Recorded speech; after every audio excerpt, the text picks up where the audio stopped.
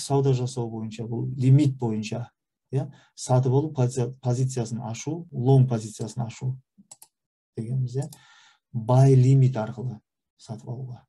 Мысалға белгілі бір деңгейі бар. Баға деңгейден жоғарыда жүр. Мысалға, мынаяқтан пробойға кетті, бұзумен кетті. Енді осы баға, қазіргі баға, мысалына $10 десек, қазіргі бағамыз $10, мысалы 10 цент дей берейік. Қазіргі бағадан арзан бағада сатып аламын. Мына деңгейден қайтуы мүмкін, отбоймен қайтуы мүмкін немесе деген сияқты. Buy лимитпен қояды екенбіз. Buy лимитпен. Демек, қазіргі buy лимитті тапсырысты $10 қойсақ болады. Немесе 10-да 5 центке қойсақ болады. Қазіргі бағадан төмен бағада сатып аламын деп. Осы тапсырысты жібергеннен кейін, бұл да тоже автоматты түрде, егерде мына уровеньде тест жасап, жаңағы жоғарыға кетуі мүмкін. Немесе төменге де түсіп кетуі мүмкін. Енді buy лимитпен көбінесе мен де жұмыс жасамаймын. Buy стоппен жасаған дұрыс болады. Және де стопты міндетті түрде қою керек. Стоп бойынша қазір мен тағы да жеке айтып кететін боламын. Бұл жерде стоп, sell, стопты қою керек. Шығыныңды жаңағы шектеу үшін, аса көп шығынға кетіп қалмау үшін, астына қатты түсіп кетуі мүмкін баға деген сияқты.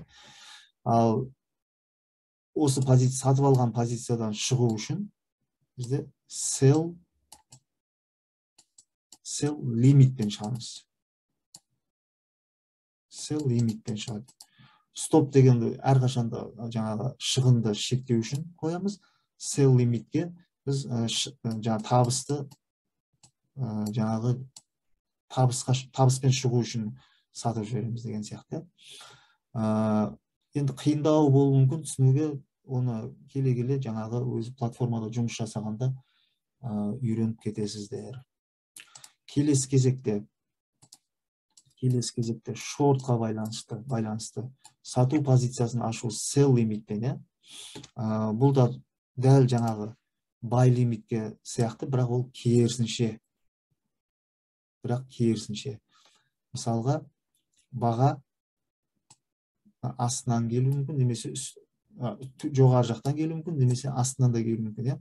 Баға қазіргі уақытта мына жерде жүр.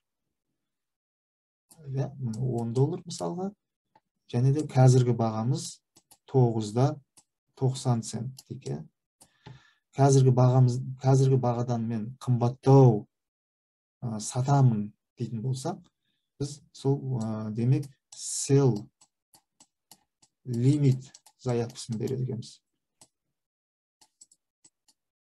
Sell лимит заявкасын береміз.